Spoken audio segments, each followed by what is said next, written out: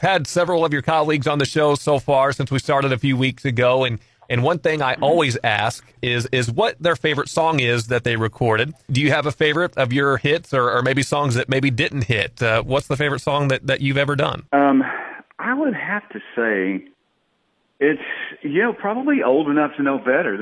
When I wrote that, it brings back such wonderful memories, and it was the most magical time of my life. You're talking about a young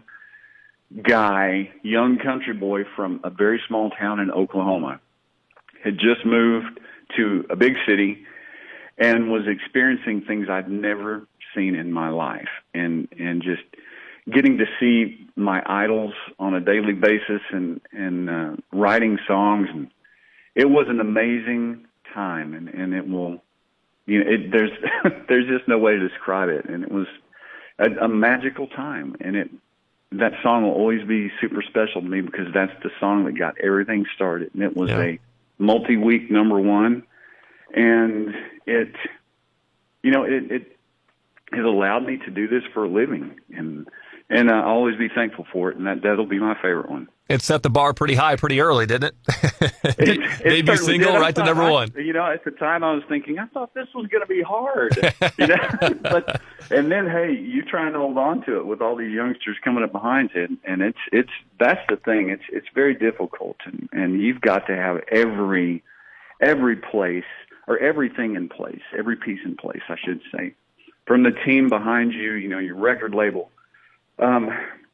Your whole team has to be solid, and a lot of times that stuff moves around. Record labels change, the regime changes, and everybody around you changes, and it can certainly derail you, and it's difficult to hold on to that success. It certainly is, but I'm thankful for the time I had. Well, again, our guest tonight is Wade Hayes, and Wade, I know your dad was a musician as well, so I'm sure a big influence on you.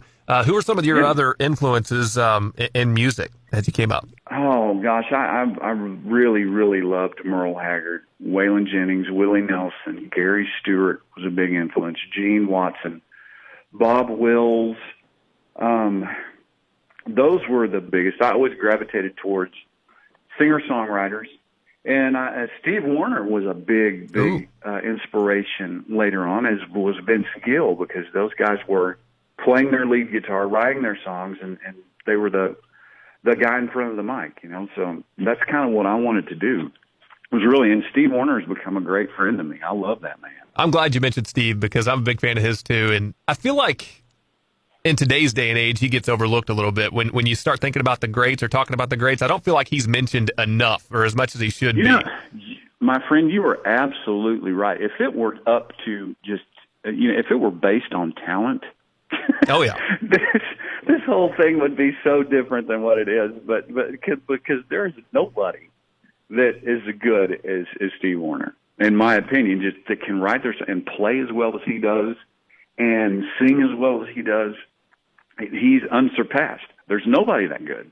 But and he's one of the sweetest people I've ever met in my life. Just good-hearted, good to everybody. He's a good man. I have not been fortunate enough to be able to speak with Steve yet, but that does not surprise me a bit. You'll love him. He'll treat you just like he would treat his kinfolk. Awesome. That's exactly, and he does that to everybody. He's just an extraordinary guy. He's an extraordinary guy. I cannot say enough good about him. So nobody else I've talked to yet has mentioned Steve, but everybody I've talked to so far has mentioned Merle Haggard. And in fact, it's always the first name out of their mouth. Merle, everybody I've talked to has said Merle Haggard has been their biggest influence. Yeah.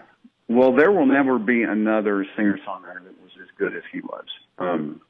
It's, in my opinion, again, but I've studied a lot of music, and to write as many songs as he did and sing as well as he did, that dude could not sing off pitch, and his son, Benny Haggard, is another little guy to be watching. That guy, have you heard him at all? I don't think I've heard his songs yet. Well, you need to check him out because he is pretty amazing. He sings a lot like Merle. Okay. And he has that talent. He has that ability. I will definitely check that out. How about from your era then, Wade, like that 90s era? I know you're close with a lot of those guys. You still tour with some of them and things like that. Who do you enjoy listening to from that time? From my era, I would have to say Brooks and Dunn. I was on tour with them for a couple of years, 3 years, but their music really was what I was trying to do as well. I loved Brooks and Dunn. I loved Joe Diffie.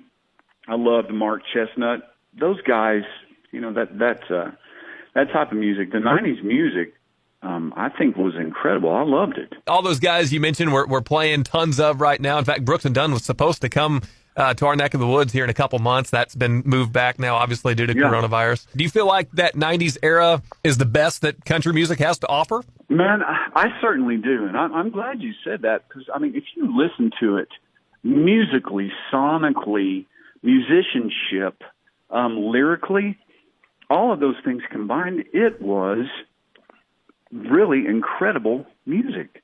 The solos that musicians were taking in that era were just, they were knocked out. You don't hear a lot of that these days. And, I certainly feel that way. 90s music was one of the best eras for music, period. Not only in country, but, in other forms as well, rock and, alternative. It was a great time for music. No doubt. A lot of great stuff came out of that, including you, Wade Hayes, our guest tonight in the Honky Tonk Time Machine. I really appreciate you coming on with me. Is there anything else that you want to add or mention before we let you go tonight? I think you do the country music cruise. Hopefully that doesn't get canceled. Oh, we do that every year, and it is a blast. In fact, you're around Cape Girardeau, right? Yes, sir. Cape Girardeau, our city of license. There's a fella that comes on the cruise every year from your neck of the woods. I'm having trouble thinking his name right now, but he's and I've got some friends over in your neck of the woods that they'll probably be listening. The Stoners, and they're some good folks, good friends of mine. Hello to Robin and Lloyd, and also just thank you so much to all the people out there that let me continue to do this. I can't tell you how thankful I am to get to make music for a living, and appreciate you so much. We appreciate you, Wade. Thanks again for coming on with us, and best of luck moving forward. Hopefully you can get back on track and get back to doing shows again and doing what you love. Glenn, I appreciate you talking to me, man. I've enjoyed visiting with you, and I hope to get to meet you sometime. You don't have to ask me twice. You name the time, you name the place. Wade Hayes on the Honky Tonk Time Machine tonight on K103.